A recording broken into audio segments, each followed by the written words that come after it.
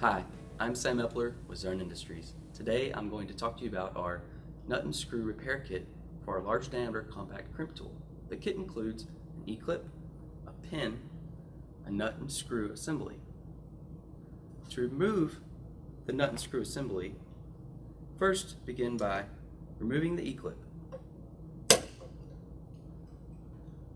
Then you can push the pin out and remove the assembly. Now, from your kit, you can insert your new nut and screw by aligning the holes, taking your pin, pushing it through the holes of the tool,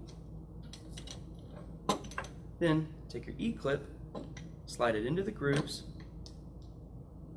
take your needle nose pliers, and guide the E-clip onto the pin. Now, screw the nut all the way out and apply some lubrication to the threads. Then, screw the nut down so you evenly get lubrication across the threads. If you have any more questions about this tool or any other Zurn product, please contact customer service or visit us at zurn.com.